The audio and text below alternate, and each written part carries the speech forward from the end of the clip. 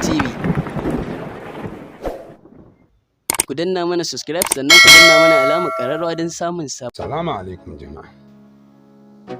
Ko kuma in ce ku yi haƙuri kawo muku bugun zuciyar masoya ba, wanda kuke marmarin cewa ko kuna kalansa. To yau da mun kawo muku wani labari na wani yaro da ya birthday, wanda aka sake kuɗi, aka raba kuɗi, aka watsa kuɗi kamar ba gobe, wanda wannan abin ya yi matuƙar nuna wa jama'a abin mamaki, kuma sun yi mamakin wannan abin.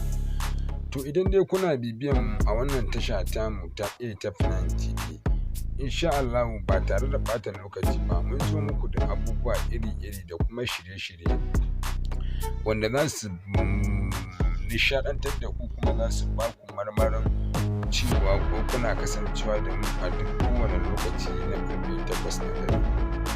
Yau dai ba mu haƙura ba, kuma ba mu tuba ba, kuma muna mai ba ku haƙuri wannan lokaci da ba mu sako muku bugun zuciya.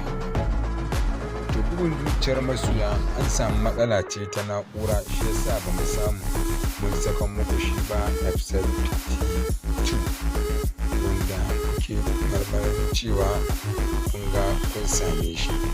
To na masoya, dan Allah ku mana haƙuri na wannan matsala da muka samu, amma mun muku wasu labaran za su yi matuƙar burge ku, kuma za su ba ku nishaɗi.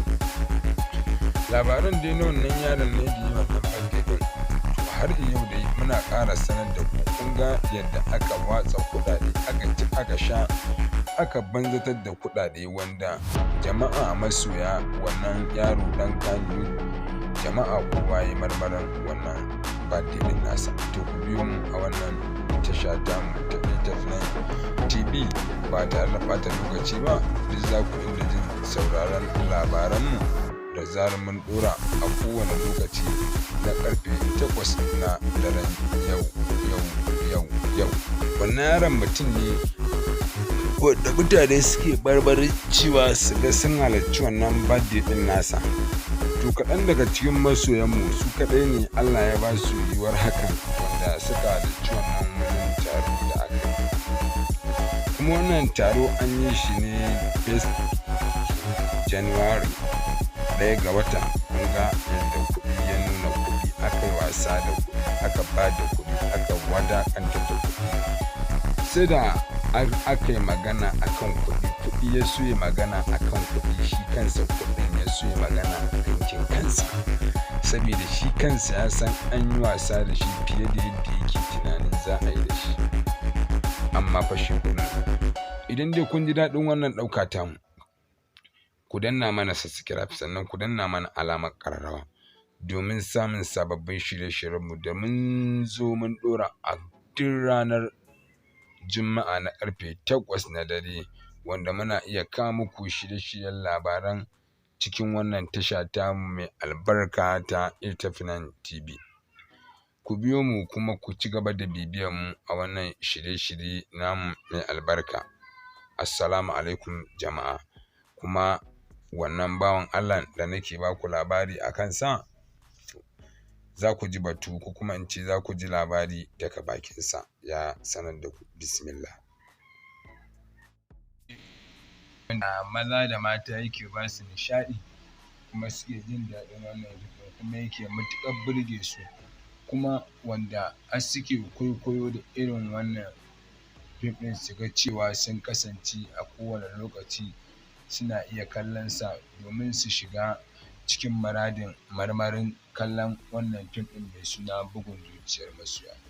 To bugun zuciyar masoya wani fim ne mai ba da mamaki, ko kuma in ce mai abin al'ajabi, wanda mutane da masoya 'yan uwa ma'abotan arziki suke iya kallon wannan fim ɗin mai suna bugun zuciya, har su ji farin ciki a ransu, kuma su ji daɗi a ransu, suna kasancewa a kowane lokaci.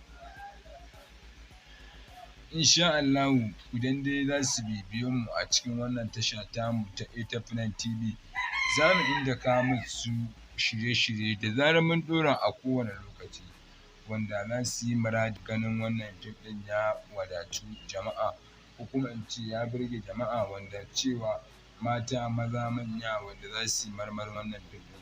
su ga cewa me ake so a nuna musu a wannan fim ɗin mai suna bugun zuciya.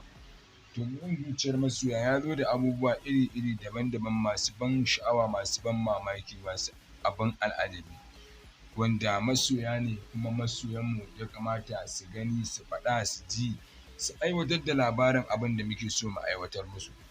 To idan dai kuna bibiyan mu a wannan tasha tamu ta A TV, insha Allah za mu inda samar muku su wa'annan shirye-shirye da muka gaya muku a duk kowane lokaci idan dai zarar mun ɗora su za ku inda gani. Kuma ba tare da ɓata lokaci ba, kamar yadda na ce zan ba ku labari akan Minal da Sadiq.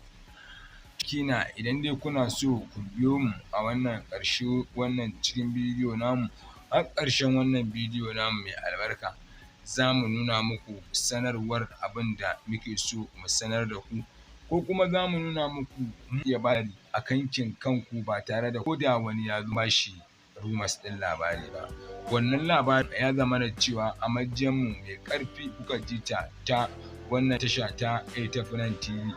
To ni dai ina kwaikwayon wasu mutane daban-daban wanda suka danganci wannan fim ɗin mai suna bugun zuciyar mana, wanda iya kwaikwayon da nake yi ko kuma in ce iya nishaɗin da suke bani nake jin daɗi a raina, kuma nake marmarin cewa in ga na kasance a cikin masoyan da nake ba su nishaɗi ko kuma nake ba su annashuwa a cikin wannan fim ɗin.